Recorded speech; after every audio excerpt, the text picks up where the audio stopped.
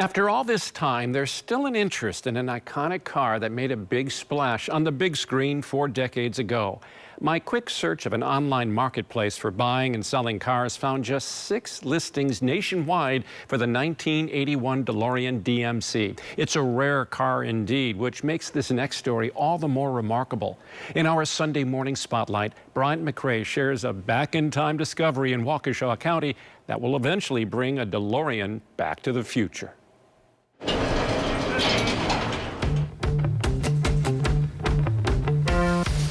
That's good, I think. Got plenty of room back there. By now, its shape and story are iconic.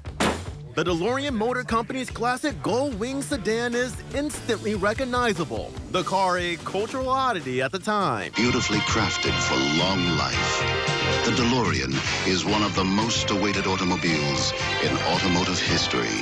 Might have been forgotten altogether if not for a big-time, big-screen debut. Wait a minute, Doc.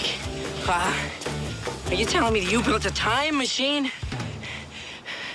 out of a DeLorean? Back to the Future, 1985's monster hit, directed by Robert Zemeckis and starring Michael J. Fox and Christopher Lloyd, turned what was a joke into something entirely different. The phrase back in the 80s was, "This was America's most talked about car." Are we seeing that being revived again? Yeah, well, this is America's most talked about DeLorean, no doubt. Now, more than 40 years later after the car's famous debut, mechanics Michael McElhatton and Kevin Thomas are looking to bring this beast back to the future. We'll take a quick peek at the plugs and put it all back together and see if this thing lights up. The two hunters of DeLoreans were made aware earlier this year this piece of Americana was just sitting in a Waukesha County barn, untouched and undriven. So it can be fixed.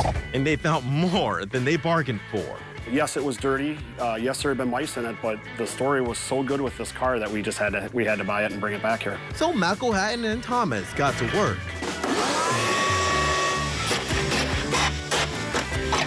The men moving around the inner workings of the car, like doctors carefully operating on a patient, because this machine, well, it's special. We believe it's been roughly 17, 18 years since this engine has run. The burn find, as they call it, only had 977 miles on it, and only owned by one man. He divulged to me that, he bought this as kind of an investment, and he intentionally kept the miles down on the car. An investment which has gotten the whole world talking yet again. I've sent releases for photos and videos to Germany, Norway. I was interviewed by the BBC of Northern Ireland where these things were built. The story has gone international.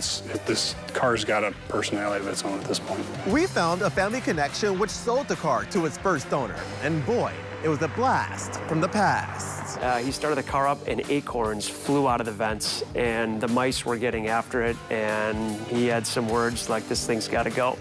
So that was the last time I saw it. This is Charlie Hall, the son of the original car dealership owner where the hidden DeLorean came from. And while Hall thought he said his goodbyes to the stainless steel machine in the 80s, the power of social media brought it back to his memories. So when I saw DMC 12 barn find, oh my gosh, this has gotta be it. Hall still holding on to the original bill of sale, showing the car sold for less than $26,000 back in the 80s. And after some work, McElhatton and Thomas are hopeful to increase the value of this DeLorean to more than $100,000. Great Scott. I know, this is heavy. To have this kind of excitement around the car again is really kind of cool. So after sitting in a barn for nearly 40 years, the question stands, can McElhatton and Thomas get it to run again? I'll give it a couple of sprays and then go ahead and crank her over. Go ahead. Nothing? Maybe we need something with a little more kick, according to Doc. But I need a nuclear reaction to generate the 1.21 gigawatts of electricity I need. Fresh out of the 1.21 gigawatts, McElhatton had an idea a bit more new age. Brass hammer time, I guess. And after a few bangs, life slowly began to creep back into the beast. Oh, no. Keep cranking. And we have liftoff. That's what we're looking for, guys. A nice, quiet motor. The exhaust isn't even ticking. The valve train's quiet. I don't hear any lower end noise. She's just purring right along like she never skipped a beat. All right. Awesome. We did it. That's what we wanted to see. The two men found success in a car that's what stood the test of time. It's very cool to bring one back to life that's been, forgotten and off the road for years. And when you light up the heart of the beast like we did tonight, that's kind of the coolest part about it. It's hard to say what's in the next bar.